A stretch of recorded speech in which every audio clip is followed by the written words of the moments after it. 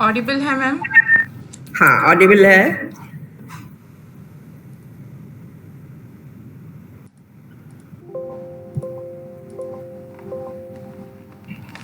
कैसे हैं मैम आप?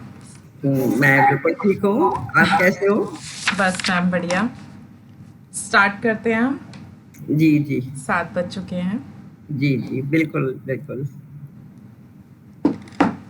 सभी दर्शकों को साहित्यिक टॉक विद गरिमा इस प्रोग्राम में साहित्यिक मंच पर आप सभी का स्वागत है और मैं आप सबको सप्रेम नमस्कार करती हूँ। इस प्रोग्राम में हम सब प्रत्येक रविवार को हाजिर होंगे जाने माने साहित्यकारों के साथ, जो बताएंगे आपको अपनी साहित्यिक यात्रा के बारे में। और आज हमारे साथ कौन जुड़ा है, उनके लिए मैं चंद लाइनें पेश करना चाहूँगी कि ये कौन आया, रोशन हो गई महफिल किसके नाम से। ये कौन आया, रोशन हो गई महफिल किसके नाम से, मेरे घर में जैसे सूरज निकला है शाम से। और आज हमारे साथ जुड़ी हुई हैं जानी मानी साहित्यकार परम आदरणीय श्रीमती अमृत बिसारिया जी, जिनका जन्म इलाहाबाद में हुआ और इनकी स्नातक की शिक्षा बनारस हिंदू विश्वविद्यालय से हुई। ये एलटी गवर्नमेंट कॉलेज देहरादून में ट्रेन गाइडर भी रह चुकी हैं और केंद्रीय विद्यालय से सेवानिवृत्त हैं। अपनी साहित्यिक यात्रा के दौरान ये पेरिस, स्विट्ज़रलैंड, जर्मनी, लंदन, इन सब देशों का भ्रमण कर चुकी हैं और ज़्यादातर ये दुबई में ही रहती हैं। इनके बहुत से प्रकाशन हैं और साथ ही बहुत से साहित्यिक मंच पर ये जुड़ी हुई हैं। इनकी उत्कृष्ट लेखनी और काव्य गोष्ठी के लिए इन्हें 250 से ज़्यादा जो है सम्मान पत्र मिल चुके हैं और इनके बारे में अब जितना ही कहा जाए वो कम है। और अब मैं आप ही की कविता की 4 लाइनें आपके बारे में पेश करना चाहूँगी कि आशा का संचार लिए फिरती हूँ, भावों का अवलंब लिए फिरती हूँ, ठोकर लगती है नम होती है आंखें मेरी, फिर भी कल उधार लिए फिरती हूँ। तो अमृत बिसारिया जी, आपका इस मंच पर हार्दिक स्वागत है। धन्यवाद जी। जी। तो मैम, सबसे पहले मैं चाहूँगी कि आप हमारे व्यूअर्स को अपने बारे में कुछ बताएं। जी, बिल्कुल, मैं बताना चाहूँगी। और गरिमा जी, आपने बहुत ही सुंदर प्रोग्राम शुरू किया है और सबसे पहले आपने मुझे ये मौका दिया, इसके लिए आपको बहुत-बहुत धन्यवाद। और यहाँ पे जितने भी हमारे दर्शक या श्रोतागण जुड़े हैं या जो बाद में भी इस वीडियो को देखेंगे, उन सबको मेरा बहुत-बहुत धन्यवाद और आभार व्यक्त करती हूँ। जीवन यात्रा, मेरी साहित्यिक जीवन यात्रा जो थी, तो जब मैं यूनिवर्सिटी में पढ़ती थी, वैसे डबल एमए मैंने इलाहाबाद यूनिवर्सिटी से किया है, तो वहाँ के हॉस्टल में एक ऐसे ही 20-25 मिनट का एक प्रोग्राम हुआ, कविता राइटिंग कॉम्पिटिशन। तो गुलाब मिला था टॉपिक, मैंने 3 कविताएँ उसपे लिखी, फिर लोगों ने बहुत एप्रिशिएट किया, तो मेरे मन में भी ये भावना जगी कि हाँ, मैं कोशिश करती हूँ लिखने की और फिर मैंने थोड़ा बहुत लिखना शुरू किया। इलाहाबाद में ही हिंदी साहित्य सम्मेलन मंच है, उस मंच में मैं 3-4 बार गई हूँ अपनी कविता सुनाने के लिए। एक बार तो वहाँ पे श्री अटल बिहारी वाजपेयी जी भी आए थे, जिसमें मैं शामिल हुई थी और वहाँ पे कविता सुनाने के बाद और फिर कुछ साल बाद शादी हो गई। तो जैसा कि आप सभी जानते हैं कि नेचुरली फैमिली का वो हो जाता है, फैमिली को टाइम देना पड़ता है, घर सँभालना पड़ता है और मैं सेंट्रल स्कूल में जॉब भी करती थी, तो एक टाइम मैनेजमेंट करना पड़ता है। बिल्कुल। सारे काम ज़रूरी होते हैं, लेकिन सबसे ज़रूरी क्या काम है, उस पे मैंने ध्यान दिया और फिर मैंने अपनी फैमिली और बच्चों को देखा, लेकिन साहित्य के बारे में मन से भाव खत्म नहीं हुआ। कभी-कभी किचन में खाना बनाते हुए भी कुछ लाइन्स याद आती थी, तो भाग कर के मैं अपनी डायरी लाती थी और उस पर उस 2-3 लाइन को लिख लेती थी। ऐसे करके मतलब टाइम निकलता गया, निकलता गया। फिर मेरी कविताएँ अखबारों में भी आने लगी, मंच पे तो मैं प्रसारित करती हूँ और इस तरह से मेरी कभी कभी की यात्रा का काव्य यात्रा मेरी शुरू हुई और धीरे धीरे काफी कुछ आपने बताया जी। और मैं यहाँ तक पहुंची हूँ। जी मैम। जी तो अगले सवाल से पहले मैं हमारी मेंटोर हैं डॉक्टर मीना घुमे जी, उन्होंने भी जॉइन कर लिया है। तो मैम आपका भी हार्दिक स्वागत है और आपका जैसा कि सहयोग रहा है उसके लिए बिल्कुल हम आपके आभारी हैं। आप जुड़ी हुई हैं। तो गरिमा जी, मैं मैम आपके साथ हाँ जी। हमेशा रहूँगी। बहुत ही अच्छा कार्यक्रम आपने शुरू किया है और ये बहुत अच्छा मौका अपने हिंदी साहित्य में जो रुचि रखने वाले हैं या जो कविता के क्षेत्र में रुचि रखने वाले हैं, उनके लिए बहुत ही एक अच्छा मौका आपने उपलब्ध कराया है। इसके लिए आप बहुत बधाई की पात्र हैं। जी। तो मैम मैं आपसे अगला क्वेश्चन फिर से आना चाहूँगी आप पर ही कि अच्छा, इस लेखन यात्रा में आपके परिवार का कितना सहयोग रहा मैम? ये मुझसे कह रही हैं हाँ मुझसे? जी, हाँ जी, हाँ जी। जी हाँ, मेरे परिवार का सहयोग देखिए, मेरे हस्बैंड थे, वो भी लिटरेरी टेस्ट के ही थे, जी। तो उनके में भी कुछ इमेजिन करने की और कुछ लिखने की थी, तो हाँ। उनसे भी थोड़ा मुझे गाइडेंस मिला, या हम दोनों के भाव एक जैसे ही थे, तो उससे भी मुझे, और कभी उन्होंने मुझे लिखने के लिए मना नहीं किया। जी। जबकि मैं कहती थी नहीं, मैं अब नहीं लिखती हूँ, मतलब टाइम निकल जा रहा है, मुझे बच्चों को पढ़ाना है, फिर भी हमेशा वो कोऑपरेट किया जब तक रहे। बाय द वे अब वो है नहीं। जी। और बाकी मेरे इन-लॉज़ थे, तो इन-लॉज़ का भी कोई इंटरफेरेंस ऐसा नहीं था कि आप कुछ मत करिए। मेरे फादर इन लॉ मुझे बहुत सपोर्ट करते थे कि बेटा तुम बहुत अच्छी हो, जैसे तुम्हारे नाम अमृत है, तुम अमृत हो। तो इस तरह से परिवार का सपोर्ट ही मिला, और बड़े होने के बाद अब मेरे बच्चों का भी सपोर्ट मुझे बहुत मिलता है। मेरे बच्चे भी मुझे बहुत सपोर्ट करते हैं, और मेरा जितना भी साहित्यिक कार्यक्रम होता है, सभी में मेरे बच्चों का भी सहयोग है। तो इस तरह से साहित्यिक सेवा आगे बढ़ती जा रही है। बस मैम, परिवार का सहयोग मिले तो इससे बिल्कुल, खूबसूरत कुछ बिल्कुल, हो ही नहीं सकता। बहुत ज़रूरी है, बहुत ज़रूरी है, जी, बहुत ज़रूरी है। बिल्कुल। मेरी बहुएँ भी मुझे सहयोग करती हैं, तीनों जी। बहुएँ मुझे मतलब और प्रोत्साहित ही करती हैं, हाँ, मम्मा आप लिखिए, आप लिखिए। तो इस तरह से परिवार का सहयोग भी है मुझे। बस तो मैम, इससे ज़्यादा खूबसूरत कुछ बात हो ही नहीं सकती। जी, जी, मैम, अपने बिल्कुल। बचपन के बारे में आप थोड़ा कुछ बताइए कि आपका बचपन से ही शौक रहा कुछ पढ़ने का या लिखने का? गरिमा जी, बचपन का ऐसा ख़ैर बहुत छोटेपन का तो याद नहीं है, जी। लेकिन मुझे इमेजिन करना बहुत होता था। मैं कोई भी चीज़ बहुत जल्दी इमेजिन कर लेती थी और चीज़ों को कोरिलेट करके समझ लेती थी। जी। तो मेरे फादर कहते थे कि भई दिमाग तुम्हारा बहुत तेज़ है। तो इस तरह से शायद कोरिलेशन और इमेजिन कर लेना चीज़ों को, इससे मुझे लगता है कि वो लिखने की प्रैक्टिस हुई। लेकिन बहुत पहले तो मैंने नहीं लिखा, मेरी सबसे पहली रचना वही थी जब मैं हॉस्टल में थी और जी। मैंने लिखा था। जी मैम।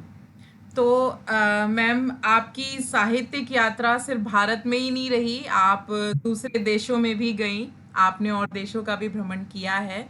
तो मैम, वहाँ तक का सफ़र आपका कैसे शुरू हुआ? और आगे भी पूछेंगे कि कैसा रहा? जी, वहाँ तक का सफ़र, घूमने का शौक भी मुझे बहुत है। अच्छा। मुझे नेचर से बहुत लगाव है। जी। मैं कभी-कभी एक पौधे, एक फूल के पास ही बैठ जाती थी और उसे देखती रहती थी कि इसमें क्या चेंजेज़ हो रहे हैं, या जी। मेरी नज़र इसको किस-किस रूप में देख रही है। जी। तो इस तरह से नेचर मुझे बहुत अच्छा लगा और मैंने नेचर से बहुत प्रोत्साहन भी लिया, और मैं जहाँ भी गई, मैंने साहित्यिक सेवा नहीं छोड़ी। जी। मैंने वहाँ से भी कविताएँ लिख कर के पोस्ट की, जिस-जिस मंच पे मुझे भेजना था। तो जी। बल्कि मंच के एडमिन लोग कहते थे कि मैम आप घूमने गई हैं तो घूमिए। हम कहा नहीं, मैं वो भी कर रही हूँ, वो भी नहीं मैं मिस कर रही हूँ। लेकिन होता है ना कि हमने जो देखा है, तो मन में और भी भाव होते हैं, तो थोड़ा भी आप लिख दीजिए ना, तो लगता है कि हाँ, कुछ फ्रूटफुल रहा। और जी। ऐसे भी कहते हैं कि भ्रमण ही तो एजुकेशनल टूर है। तो आप जहाँ घूमते हैं, जितना भी घूमते हैं, हम सीखते ही हैं। तो मैम, क्या सर से आप अपनी इस यात्रा के दौरान मिली या कॉलेज के दिनों में मिली? ऐसा था, मैं जॉब कर रही थी, और शादी की बात कब शुरू हुई वो पेरेंट्स कर रहे होंगे, लेकिन जॉब करने के बाद मुझे एक फैमिली ने किसी से मिलाया। हुँ। तो फिर मैं मिली, तो मिलने के बाद मुझे लगा, मतलब लगा मुझे कि वो इंसान जो बाद में मेरे हस्बैंड हो गए, मेरे में इंटरेस्टेड है। लेकिन मैं सोच रही थी क्या करना चाहिए, मुझे करना चाहिए, नहीं करना चाहिए, नहीं करना चाहिए, करना चाहिए। फिर अंत में हो ही गया समझौता, और फिर मेरी शादी हो गई। अच्छा। तो मैम, जैसे कि हम सब जानते हैं आपकी काफ़ी पुस्तकें भी प्रकाशित हो चुकी हैं। जी, जी। आपकी पहली पुस्तक है अनुकरणीय, जी, जी। एक कविता संग्रह है। जी। मैम, उसके बारे में आप कुछ बताएँगे? मेरी ये पुस्तक, इसके पीछे भी एक थोड़ी छोटी-सी कहानी है।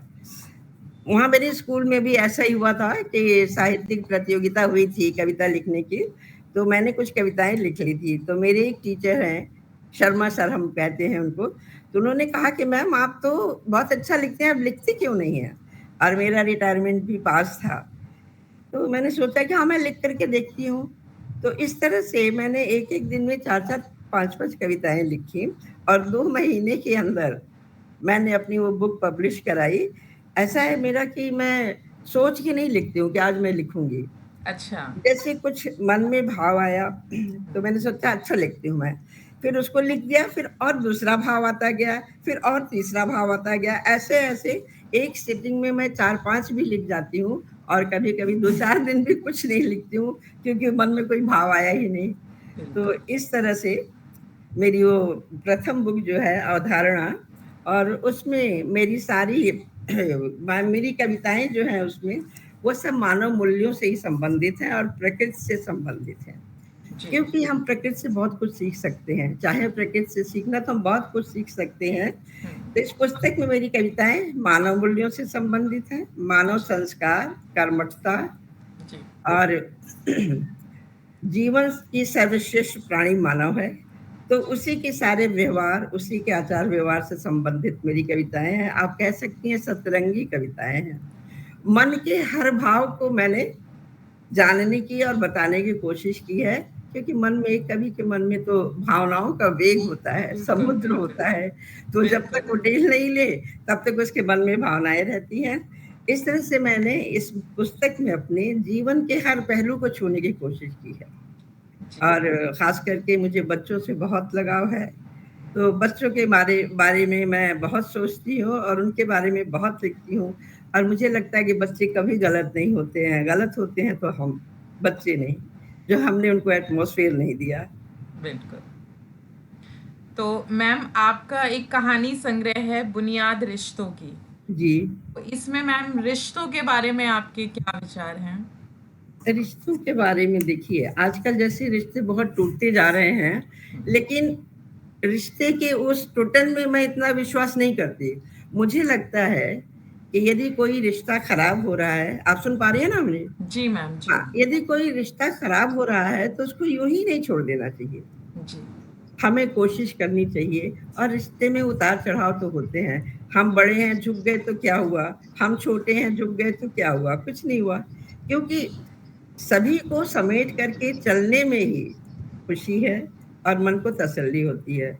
सभी को समेट के हम नहीं चलेंगे तो छोटे-मोटे मेरे जो नन्हे-मुन्ने हैं, दादी-दादी करके मुझसे आके लिपट जाते हैं, कैसे लिपटेंगे? बिल्कुल। तो रिश्तों को तो सँभालना ही पड़ता है। रिश्ते अपने आप नहीं बनते हैं, अपने आप नहीं टूटते हैं। जी। आप तोड़ने की कोशिश करेंगे तो टूटते हैं, बनाएँगे तो बन जाएँगे, और मैं हमेशा हर चीज़ को बनाए रखने में ही बिलीव करती हूँ। तो इस तरह से उस बारे में है। उसमें एक मेरी कहानी है जो मैं आपको 4 लाइन में बताऊँगी। जी। उसमें लड़के-लड़की दोनों डॉक्टर हैं, लव मैरिज होती है, हो जाती है। जी। लेकिन हमें थोड़ा समाज का भी देखना चाहिए, तो जो डॉक्टर लेडी है, लेडी क्या, अभी लड़की ही है, तो वो वॉक करने जाती है, रात हो गई है, अंधेरा है, थोड़ा जंगली सा एरिया है, तो वहाँ वॉक करने वो जाती है। और उस जंगल में कुछ खराब तरह के भी लोग होते हैं जो उसे पकड़ लेते हैं, ज़बरदस्ती करते हैं। ख़ैर वो घर आती है, अपने हस्बैंड को बताती है, लेकिन उसके दिलो-दिमाग में जो बात बैठ गई वो नहीं निकलती है। जी। वो उसके दिलो-दिमाग में बैठती है, उस गिल्ट को हमेशा फ़ील करती है, जबकि वो दोषी नहीं है। जी। लेकिन यदि हम थोड़ा सिचुएशन को सँभाल लें, तो ऐसे हादसे समाज में ना हो। जी। बुरे लोग नहीं होने चाहिए, लेकिन उस सिचुएशन को थोड़ा हम सँभाल लें, तो ऐसे हादसे ना हो, जिससे लाइफ़ लॉन्ग आपको कुछ फ़ील करना पड़े और महसूस करना पड़े। तो ये कहानी मुझे उसमें बहुत अच्छी लगी, थोड़ी अपीलिंग भी लगी। बिल्कुल मैम, तो बिल्कुल। आज का जो हमारा परिप्रेक्ष्य है, जैसा बिल्कुल हमारा बिल्कुल। समाज है, तो बिल्कुल जी इस समाज में ये कहानी बिल्कुल सटीक बैठती है कि इस तरह के हादसे आजकल बहुत बढ़ रहे हैं, तो बहुत। एक पॉजिटिव माइंडसेट की बहुत ज़रूरत है, संभालने की बहुत ज़रूरत है चीज़ों हाँ, को। और इसमें लड़का लड़की का कोई डिफरेंस नहीं है, नहीं, किसी नहीं, भी बिल्कुल। इंसान के साथ कहीं भी हाथ से गुजर सकते हैं। जी तो मैम। इससे थोड़ा सा अलर्ट रहने की जरूरत है जी, बस। बिल्कुल। तो मैम, अब कोई ऐसी एक कविता आप सुना दीजिए, क्योंकि क्वेश्चंस अभी हम बहुत कर रहे हैं। बीच-बीच में आपकी कविताएँ भी होनी चाहिए। बिल्कुल बिल्कुल, मैं सुनाऊंगी आपको अपनी कविता। जी। और मैं तो सोच के आई हूँ, एक मिनट।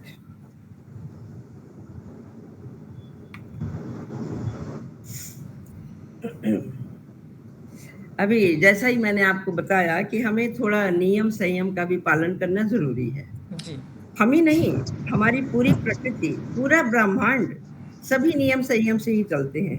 जी, यदि सूर्य, चांद, सितारे, फूल, पत्ते, मौसम सब ठीक से नहीं हो तो कितना बड़ा प्रलय और कितना बड़ा हादसा हो सकता है। तो बिल्कुल। इसलिए हमें प्रकृति से सीख करके नियम संयम से चलना चाहिए। नियम संयम हमारे लिए बंधन नहीं होते हैं, हाँ वो जी। हमारी भलाई के लिए ही होते हैं, हमारे विकास के लिए ही होते हैं। तो उसी पर मेरी एक कविता है, प्रकृति है संचालिका। है प्रकृति संचालिका इस विश्व की, है प्रकृति संचालिका इस विश्व की। सूर्य को हर हाल में खिलना पड़ेगा, सूर्य को हर हाल में खिलना पड़ेगा। सूर्य नहीं बदल सकते हैं अपने कर्म को, अपने काम को। जुगनुओं की रात हो या कड़कती बिजलियां, जुगनुओं की रात हो या कड़कती बिजलियां, या बारिशें मझधार हो, या बारिशें मझधार हो, तूफानों में डूबी बस्तियां, या बारिशें मझधार हो, तूफानों में डूबी बस्तियां। सूर्य को दीप्तिमान विश्व को करना पड़ेगा, क्योंकि वो नियम में बंधा है। बिल्कुल। सूर्य को दीप्तिमान विश्व को करना पड़ेगा। है प्रकृति संचालिका इस विश्व की, सूर्य को हर हाल में खिलना पड़ेगा। झिंगुरुओं की झंझनाहट, रात के सन्नाटे में झिंगुरुओं की झंझनाहट या पपीहे का शोर हो, झिंगुरुओं की झंझनाहट या पपीहे का शोर हो, या विषमता भाव की पर तुम्हें रुकना नहीं है, या विषमता भाव की पर तुम्हें रुकना नहीं है। मतलब हमें पसंद है या नहीं पसंद है, चॉइस ही नहीं है, पर बिल्कुल। तुम्हें रुकना नहीं है। सूर्य को हर हाल में खिलना ही पड़ेगा, सूर्य को खिलना पड़ेगा। है प्रकृति संचालिका इस विश्व की, सूर्य को हर हाल में खिलना पड़ेगा। घोर घटाएं भी घिरी हो, घोर घटाएं भी घिरी हो, पर सुबह होगी सुहानी। घोर घटाएं भी घिरी हो, पर सुबह होगी सुहानी। गिर के उठना, उठ के गिरना, हौसला हिम्मत बढ़ेगा। गिर के उठना, उठ के गिरना, हौसला हिम्मत बढ़ेगा। हम गिरेंगे तभी तो उठेंगे। बिल्कुल, बिल्कुल। है प्रकृति संचालिका इस विश्व की, सूर्य को हर हाल में खिलना पड़ेगा। क्या ढकेगा सूर्य को कोहरा कोई, सूर्य अपने आप में भी बहुत शक्तिशाली है। क्या ढकेगा सूर्य को कोहरा कोई, न तोड़िए हिम्मत, कदम आगे बढ़ाइए। मंजिलें मिलेंगी सामने फिर मुस्कुराइए, हिम्मत से आगे बढ़िए, मंजिल पे जरूर आप पहुंचेंगी। बिल्कुल। मंजिलें मिलेंगी सामने मुस्कुराइए। है प्रकृति संचालिका इस विश्व की, सूर्य को हर हाल में खिलना पड़ेगा, सूर्य को हर हाल में खिलना ही पड़ेगा, क्योंकि है प्रकृति संचालिका इस विश्व की। है प्रकृति बहुत संचालिका। बहुत ही बहुत सुंदर। सुंदर मैम, बहुत सुंदर। और बिल्कुल संघर्ष तो जीवन के चलेंगे, ये नियम है, लेकिन बिल्कुल। मुस्कुराते हुए अगर हम चलेंगे तो वो शायद हमारे लिए जो यात्रा है वो और आसान हो जी जाएगी। जी। तो मैम, अगला क्वेश्चन है आपका कि आपकी एक पुस्तक है किलकारी से चैतन्य तक। ये मुझे चेतन, हाँ बहुत, मैं जी हाँ। उत्सुक हूँ इसके बारे में जानने के लिए कि किलकारी से चैतन्य तक, तो मैम इसमें क्या है? इसमें ऐसा है कि मैं इधर इर्द गिर्द के एटमॉस्फेयर को थोड़ा देखती थी, मैंने भी अपने बच्चे पाले। तो हर पेरेंट्स अपने बच्चे को पालते हैं, लेकिन कहीं थोड़ी सी कमी हो जाती है कि हम सक्सेसफुल नहीं हो पाते हैं, और जी। यदि वो कमी पूरी हो जाए तो हम सक्सेसफुल हो जाते हैं। जी। तो हमारी समझ से जो 3 महीने का बच्चा है, वैसे तो अर्जुन के बेटी को गर्भ में ही सारी नॉलेज हो रही थी, वो क्या बोलते हैं उसको, भेदन की, जी। चक्रव्यूह भेदन की। लेकिन मुझे लगता है कि 3 साल से लेकर के 5 साल तक के बच्चों में हम जो कुछ भी डाल देते हैं, जो कुछ भी बता देते हैं, जो कुछ भी समझा देते हैं, जो भी सिखा देते हैं, लेकिन हमें ये भी ध्यान रहे, बच्चा हमारे किए बिना कुछ भी नहीं सीखेगा। मतलब हम स्वयं भी करें, हमें देख करके ही बच्चा सीखेगा। तो एक एटमॉस्फेयर देना बच्चे को, मुझे लगता है बहुत ज़रूरी होता है, जिसमें वो संस्कारित भी होगा, गुणी भी होगा, कर्मठ भी होगा, और जो हम उसको दिखाएँगे वही वो देखेगा और वही सुनेगा और वही करेगा। और जब तक हम बच्चे के साथ हैं, आजकल दोनों पेरेंट्स जॉब में हैं, ये जी। तो सभी समझते हैं। लेकिन जब हम घर पे हैं और बच्चे के साथ हैं, तो हम मोबाइल के साथ ना हों। बिल्कुल। फिर हम बच्चे के ही साथ हों, तभी हम उसके हाव-भाव को, उसकी ज़रूरत को समझ पाएँगे और कर पाएँगे। तो जो भी टाइम हमारा कुछ बच्चे के लिए होता है, हम केवल बच्चे के लिए हो। ये मैंने उसमें थोड़ा नहीं, दिखाने की कोशिश की है। नहीं, बहुत अच्छा है मैम, जैसा नाम है तो उत्सुकता उतनी ही जी, बढ़ी हुई आप है। मेरी ये बुक देख सकती हैं, ये जी। है मेरी बुक, जी। किलकारी से चैतन्यता तक। चैतन्य तक, बिल्कुल मैम। बहुत ही खूबसूरत नाम है और मैं बिल्कुल इसे पढ़ना चाहूँगी क्योंकि मैं बहुत उत्सुक हूँ इस किताब को पढ़ने के लिए। जी, तो जी, मैम, बिल्कुल, बिल्कुल। जैसे कि आपने बच्चों के पालन-पोषण पर बहुत कहा है और अभी जी, जी। जैसे मोबाइल फ़ोन एक बहुत बड़ा इश्यू है क्योंकि पेरेंट्स ही इतने ज़्यादा मोबाइल फ़ोन्स में लगे रहते हैं कि बच्चों को कंट्रोल करना जो है वो इतना ईज़ी नहीं है। जी, तो जी। इसमें मैम बच्चों के पालन-पोषण के लिए आप ऐसा कुछ सुझाव देना चाहेंगे कि अभी नॉर्मली हम आज के टाइम में एज़ अ पेरेंट हम क्या कर सकते हैं? ऐसे पेरेंट हमको, देखिए, बच्चों से हमें कुछ छुपाना नहीं चाहिए। जी। और बच्चे ने यदि कोई गलती की है, तो हुँ। आप ज़बरदस्ती मत उसके ऊपर थोपिए कि तुमने ये गलती की, उसी से जी। पूछिए जी। कि बेटा ऐसा हुआ, तो ऐसा क्यों हुआ है? तो क्या तुमने कहा? बच्चा अपने आप बता देगा सब कुछ। जी। और फिर आप उसे डाँटिए मत, बस उसको कहिए कि बेटा, और कभी नेगेटिव वर्ड भी मत बोलिए बच्चे के सामने, बेटा तुमने बिल्कुल। ऐसा किया, ऐसा मत करो, हुँ। ऐसा किया मत बोलिए, आप हुँ। ऐसा करो, तुमको ऐसा करना है बेटा, तुम ऐसा करो। मतलब पॉज़िटिव वर्ड्स ही हम बच्चे से बोलें। उसको हम बिल्कुल। बोलेंगे तुमने उसको मारा, मत मारो। तो हुँ। नहीं भी जानता होगा बच्चा तो सीख जाएगा कि हम मार सकते हैं किसी को। हाँ, जी। बेटा किसी को मारते नहीं है, मत मारो। हुँ। और इस तरह से स्कूल में भी मेरा यही रहा है कि हुँ। मैं बच्चों को पनिशमेंट भी देती थी जो फ्रूटफुल। हुँ। भई बैठ कर के तुम 1 पेज लिखो, हुँ। या तुमने ये होमवर्क नहीं किया है, चलो यहाँ टेबल पे बैठ जाओ, इस पे लिखो। अब वो तुम खड़े हो जाओ और तुम अ, ये कान पकड़ लो, ये सब तो मैंने कभी नहीं किया। तो मुझे यही लगता है कि बच्चों के साथ हमें बहुत फ्री होना चाहिए, और बच्चे का ये समझना बहुत ज़रूरी है कि उसने क्या गलती की जो आपको बुरा लगा, जो आपको अच्छा नहीं लग रहा है, उसने क्या गलती की? क्योंकि इसे जानना भी ज़रूरी है, नहीं तो बच्चे तो सोचते हैं मुझे डाँट क्यों पड़ रही है? हुँ। अक्सर मैंने बच्चों को सुना है, मुझे डाँट क्यों पड़ रही है? हाँ। तो आप बताना ज़रूरी है जी। कि आपने ऐसा किया था, आप ऐसा मत करिए। जी। तो मैम वैसे भी आप तो हैं ही इतनी स्वीट कि अगर आप बच्चों को पनिश भी करती होंगी तो बच्चे तो खुश होते होंगे कि मैम प्यार ही कर रही हैं। तो अभी जैसा कि आपकी अब हम एक ऐसी कोई कविता सुनना चाहते हैं जो आपके दिल के बेहद करीब है। सोचना पड़ेगा, मेरे दिल के बेहद करीब कोई तो भी मेरी पसंदीदा कविता आप मेरी सुना मेरी दीजिए। सारी ही रचनाएँ हैं, हाँ जी। थोड़ा सोचना पड़ेगा। उनकी सारी कविताएं दिल से ही निकली हुई है। देखो सब देंगे ही तो भाव है। हाँ जी। नहीं, ऐसे होता है, राइटर की एक फेवरेट वाली कविता होती है जो मुझे बहुत जी, पसंद जी। है, कुछ इस जी, तरीके जी। की हो आपकी कविता। मैं वो टाइम और समय के हिसाब से मैं थोड़ी-सी बहुत पंक्चुअल रहती हूँ। हाँ जी। अब जबकि रिटायर हो चुकी हूँ, 15 साल हो गए रिटायर हुए, 16 साल हो गए हैं। जी। फिर भी मेरी आदत है, हर वॉल पे मैं आज भी घड़ी देखने की कोशिश करती हूँ कि जी। कहाँ घड़ी है जो समय पता चले। जी। 1 मिनट में आपको सुनाती हूँ।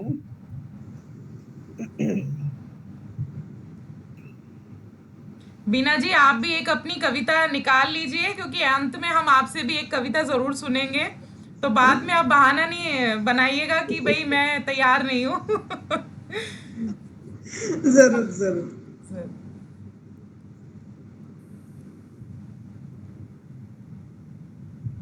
एक मिनट मैम, थोड़ा टाइम लग रहा है। कोई बात नहीं मैम, आज का कार्यक्रम बस आपके लिए ही है, तो आप आराम से टाइम ले सकते हैं। अच्छा जी।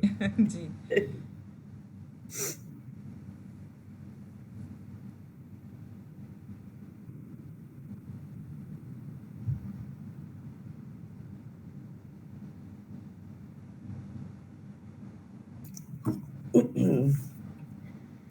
मैंने कहीं इसको लिख करके रखा तो था।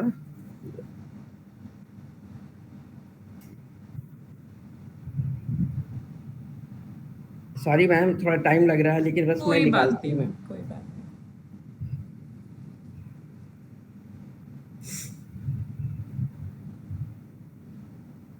मैंने अपनी 2 बुक्स और भेजी हैं पब्लिश होने के लिए, जी तो मैम। मैं वही खोलती हूँ। उस वाली बुक में मेरी कविता गई है।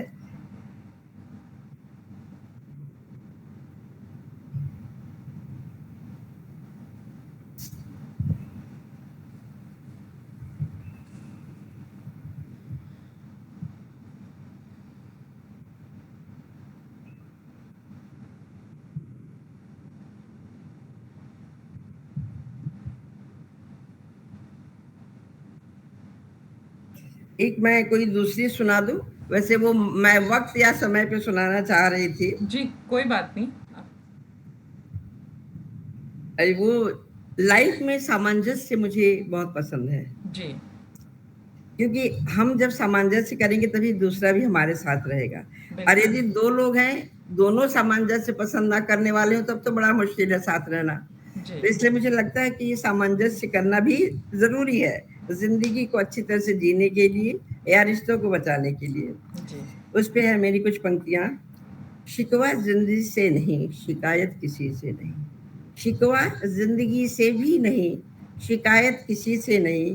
खुद ढूँढ लिया छाँव और आगे चले गए। खुद ढूँढ लिया छाँव और आगे चले गए। बदला सा रूप हमने समय के तूफान को देखा है। बदला सा रूप हमने समय के तूफान को देखा है। गमगीन हुए कुछ कुछ कर्तव्य पथ पर दृढ़ रहे। गमगीन हुए कुछ कुछ कर्तव्य पथ पर दृढ़ रहे। बवंडर सा एक तूफान आया खुशियां समेटने। बवंडर सा एक तूफान आया खुशियां समेटने। उस बेरुखी के रुख से भी एडजस्ट कर लिया। उस बेरुखी के रुख से भी एडजस्ट कर लिया। बुराइयों से हम समझौता ना करें। एडजस्ट करने का ये भी नहीं मतलब है कि बिल्कुल। बुराइयों से भी समझौता करें। बुराइयों से हम कभी समझौता ना करें। अधिकार खोना स्वयं, अधिकार खोना स्वयं ये कोई बुराई नहीं है। मिलती है सफलता उसे जो कर्म पथ पर चले। मिलती है सफलता जो कर्म पथ पर चले। जो अधिक दृढ़ निश्चयी हो मंजिल जरूर पाएगा। जो अधिक दृढ़ निश्चयी हो मंजिल जरूर पाएगा। धन्यवाद जी। वो कविता बेहद मेरी मिली नहीं खूबसूरत होती मैम, तो। बिल्कुल। आज के समय में रिश्तों में एडजस्टमेंट तो बहुत ज़रूरी ही है। बिल्कुल। और दूसरा और उसमें दोनों खुश हैं। आप नहीं बिल्कुल एडजस्ट करें, हम नहीं एडजस्ट करें, तो हम दोनों परेशान भी होंगे। बिल्कुल ना बिल्कुल मैम। एडजस्ट कर लें, खुशियां ही क्यों ना तलाश लें। हाँ जी, बिल्कुल मैम। तो अगला सवाल जो है मेरा वो भी इसी पर है कि आपकी जो एक साझा संकलन है पिता मेरे जीवन दानी, जी जी कि कहा जाता है माता की रिस्पॉन्सिबिलिटी, एक माँ की रिस्पॉन्सिबिलिटीज हम बच्चे के पालन पोषण में बहुत ज़्यादा देखते हैं।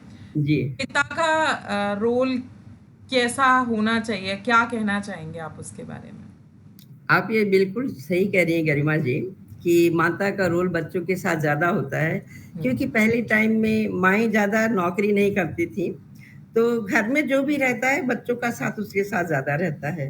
और माएँ थोड़ी-सी पोलाइट होती थीं, थोड़ी-सी सॉफ्ट होती थीं, थोड़ी बातें सुन लेती थीं। और पिता चूँकि बच्चों के साथ पहले नहीं रहते थे, बाहर ज़्यादा रहते थे जॉब में, तो इतना बच्चों का संग नहीं मिल पाता था। लेकिन जहाँ तक ज़िम्मेदारियों का सवाल है गरिमा जी, माता-पिता दोनों की ज़िम्मेदारियाँ एक जैसी ही है। यदि माँ घर में आपको सपोर्ट करती है, घर की सारी चीज सिखाती है, तो बाहर का सपोर्ट आपको पिता से मिलता है। बिल्कुल। पिता अर्न करके लाता है, जिसके हिसाब से आप पलते हैं, वो बहुत हिम्मती है, वो जोश दिलाता है। बच्चों का लालन पालन सही हो, उन्हें पढ़ाई में कभी कोई रुकावट न आए, तो अपनी तबीयत खराब होने के बावजूद भी वो नौकरी पे जाता है। बिल्कुल। और इस तरह से वो करके माँ पिता दोनों के सहयोग से ही बच्चे अच्छे बनते हैं। पहले माँ केवल कर देती थी, फादर नौकरी करते, तब भी दोनों का सहयोग था। अब दोनों नौकरी करते हैं और दोनों का सहयोग इस तरह से बच्चों को मिलता है, तो ये भी ठीक है। दोनों को मिलजुल करके बच्चों का सहयोग करना चाहिए और चलना चाहिए। तो पिता की भूमिका बहुत महान है। वो हमें कर्मठ बनाता है, दुनिया को झेलने की शक्ति देता है, हमें समझाता है कि आप किस तरह से आगे बढ़ सकते हैं। तो पिता को मेरा प्रणाम, माँ को मेरा प्रणाम। बिल्कुल मैम, कि पिता एक उस छत की तरह है कि जिसकी कीमत हमें उसके ना होने पर ज़्यादा महसूस। बिल्कुल, बिल्कुल। बिल्कुल।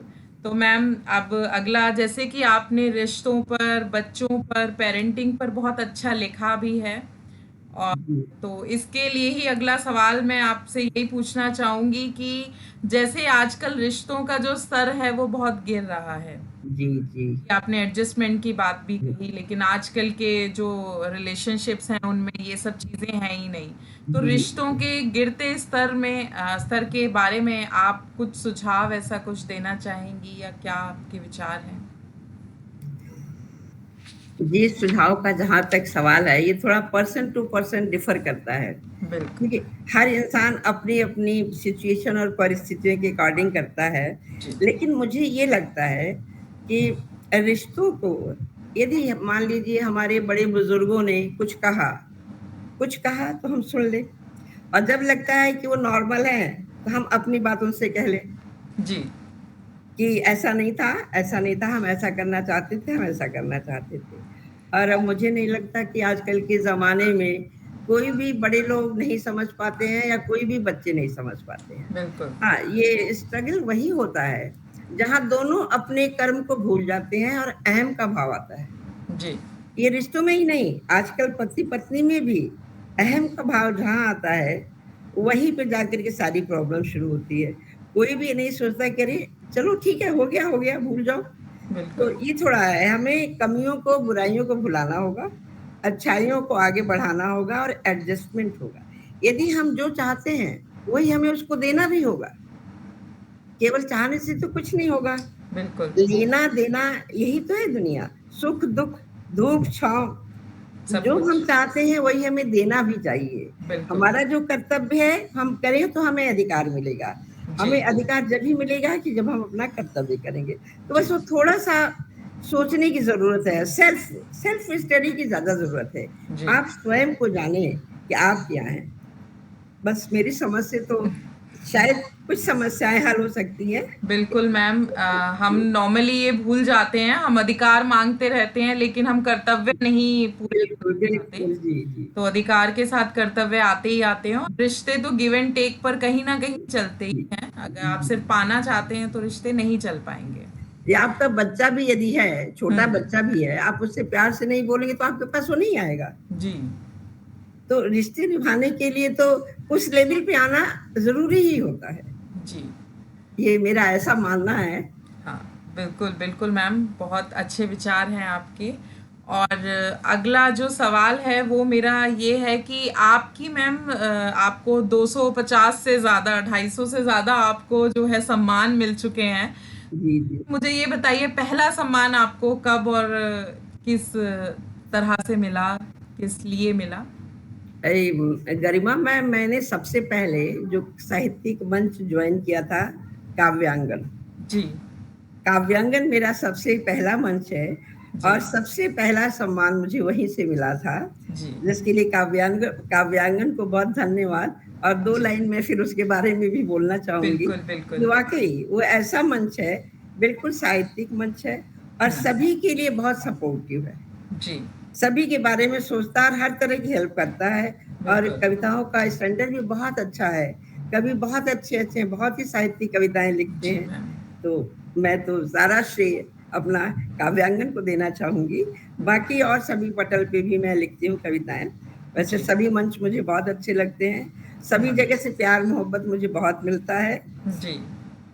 बस यही हम है। अक्सर मैम पोस्ट देख रहे होते हैं कि आपकी कविताओं को बहुत काफ़ी सारे सम्मान मिले होते हैं, तो बहुत खुशी महसूस होती है बिल्कुल कि बिल्कुल आप जी। इतना अच्छा लिख रही हैं। तो मैम इसके साथ ही अपनी एक कविता आप कुछ सुना दीजिए। जी बिल्कुल।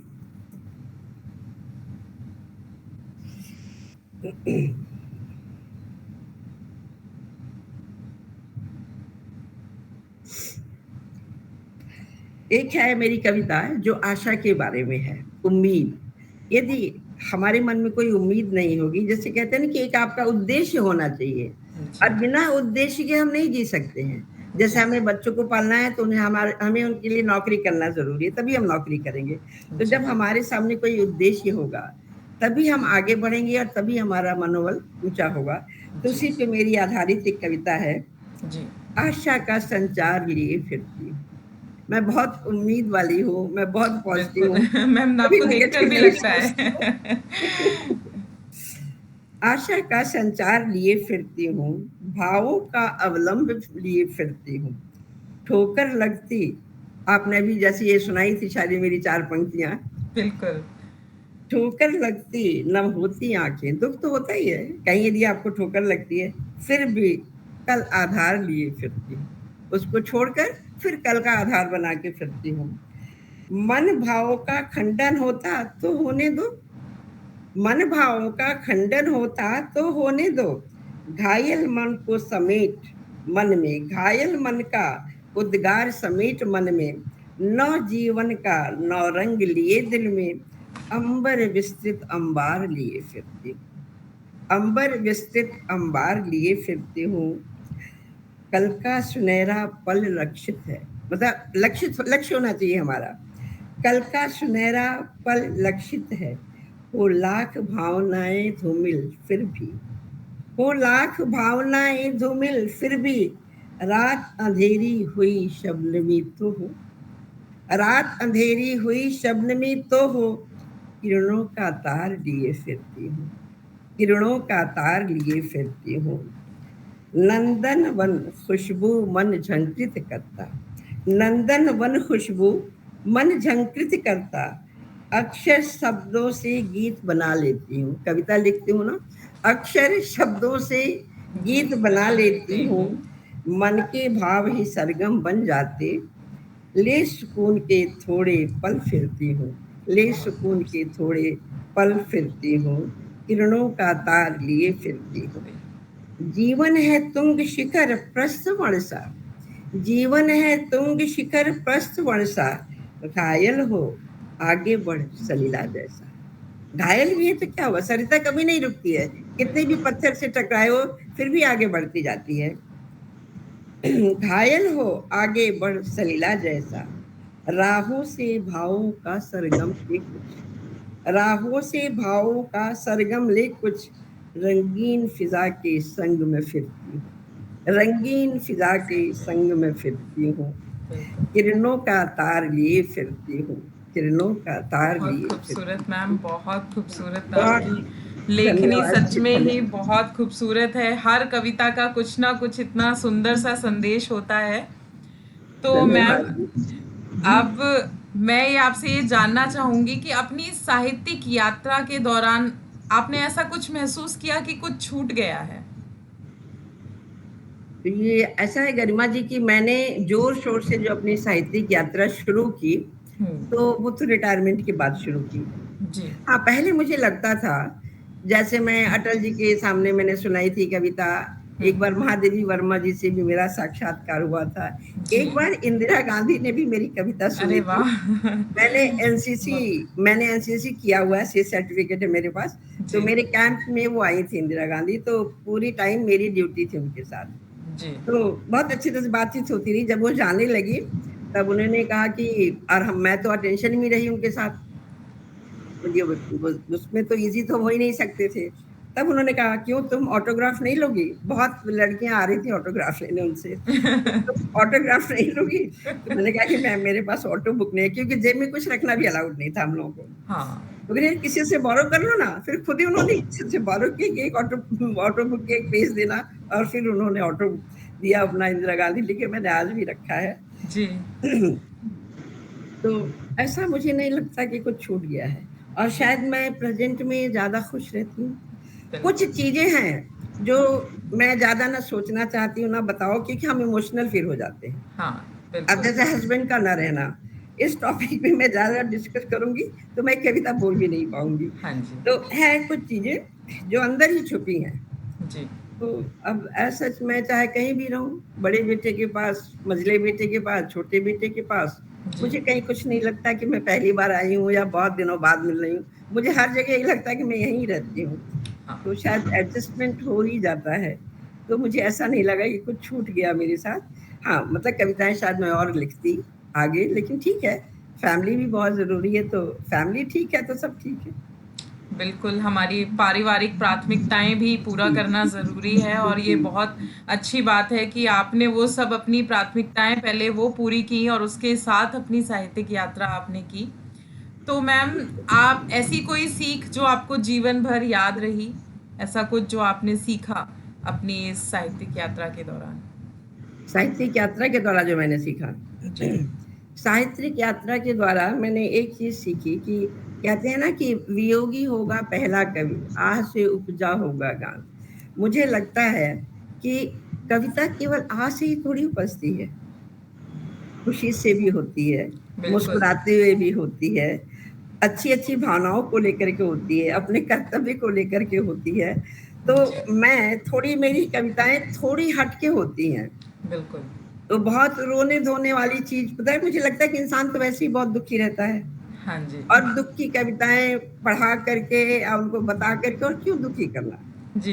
तो हम ऐसा क्यों ना वितरित करें कि लोगों को थोड़ी सी खुशियां मिले, थोड़ी सी आशा बंधे, थोड़ी सी उम्मीद हो, जिसके बिल्कुल। सहारे जीवन थोड़ा तो सुकून मिलता ही है जीवन में। बिल्कुल। तो मैम, आपसे अगला जब सवाल पूछेंगे तो उसमें अब हम एक बार डॉक्टर मीना जी को थोड़ा सा परेशान करना चाहेंगे। मैम, अब एक कविता आपकी भी होनी चाहिए, आज जी आप हमसे जी जुड़ी हुई जी। हैं। पहले तो सबसे पहले अमृता जी आपको प्रणाम।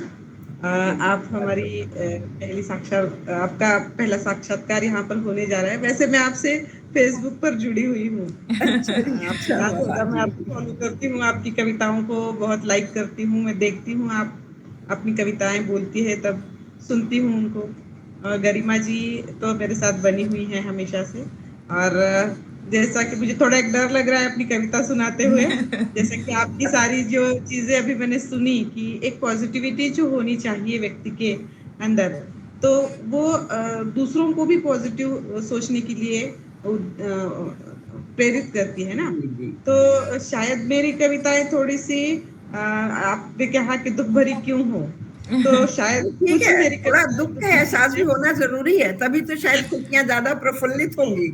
हाँ, थोड़ा तो दुख का एहसास हो तो खुशियां ज्यादा प्रफुल्लित बात होंगी। क्या होता है ना कि हम अपने ही दुखों के गर्त में डूबते चले जाते हैं, तो ऐसी कविताएं जब लिखी जाती है तो उनके लिए आपकी कविताएं मानो वर्षा की फुहार हैं। तो अरे मेरी एक कविता धन्यवाद सुनने के दीजिए। बाद आपकी अपनी एक प्रेरणादायी कविता अगर आ जाए उस पर, तो मुझे लगता है कि मेरी कविता लिखना सार्थक हो जाएगा। जी। वैसे मैं अपनी सारी कविताएं जब लिखती हूँ तो थोड़ा सा स्त्री विमर्श को लेकर, जैसे कि गरिमा जी भी जानती है कि स्त्री विमर्श को लेकर वो भी लिखती हैं। हाँ हाँ हाँ, मैं अपनी मेरे कविताएं मंच पे जुबानी सुनाई नहीं भी है गरिमा जी ने, स्त्री जुबानी विमर्श याद पे। नहीं जी रखती हाँ, मैं बहुत अपनी अच्छा लिखती कविताएं। हैं।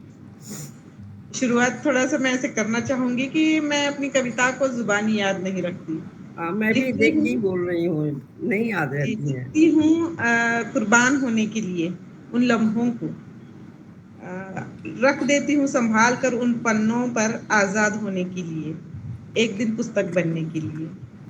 और तब वो केवल मेरी नहीं रह जाती है, वो सबकी हो जाती है जब वो पुस्तक में आ जाती है। तो एक कविता मैं यहाँ पर प्रस्तुत करना चाहूंगी जिसका नाम है भटकन। जी जी, स्वागत है जी। जी। भटक रही हूँ कब से, भटक रही हूँ कब से अपने ही दुखों के दुर्ग में, देख रही हूँ युगों से बैठे बैठे धरती के स्वर्ग में। आस के पर्दे सुनहरे, जिनकी आड़ में आंसू छुप ही जाते हैं, सपनों के कालीन मखमली, जिन पर चलते हुए चुपते कील अदृश्य हो ही जाते हैं। बड़े बड़े कुंड गहरे अपने आप में समाने के लिए न्योता दे ही देते हैं। सुविधाजनक आवास मजबूत, कोप भवन की दीवारें सन्नाटे से भर ही जाती हैं। सूने आंगन हरियाली भरे, मन से मन के समझौते भर के लिए रह ही जाते हैं। बागीचे मंदिर जीर्ण, उखड़े अनंत मेरी अंत ही दास्तान सुना ही देते हैं। तो ऐसी कुछ मैंने एक थोड़ा सा अपने दर्द को जहाँ हम बांटना चाहते हैं, या हम जब दुखों के गर्त में होते हैं तो ऐसी चीजें हमें दिखने लगती है। ऐसी एक भावना मेरे मन में जब जाग उठी तो ये कविता मैंने स्वतः ही लिख दी। ऐसे ही जैसे कहा आपने कि आया दिमाग में झट से उतार दिया, बिल्कुल ऐसे ही मैम, मेरे बहुत साथ भी अच्छी होता कविता है है। आपकी। और लिख करके वो दर्द का गुबार निकल भी गया होगा। कभी दर्द का भी लिखना जरूरी हो जाता है। जी बिल्कुल मैम, जी, इसके लिए ही कलम चल पड़ती है अपने आप। जी मैम जी वो कहते हैं ना कि प्रेम से ज्यादा सुंदर कविता इंसान विरह में लिखता है, तो शायद खुश होके उतना और दर्द में ज्यादा वो अच्छा लिख विरह की पाते हैं। कविताएं बिल्कुल दिल पे डायरेक्ट अटैक करती हैं एकदम। बिल्कुल जी बिल्कुल। जी हाँ तो मैम अब मेरा लास्ट सवाल है अमृत मैम से कि जी। हमारे व्यूअर्स के लिए मैम आप कोई संदेश देना चाहेंगी?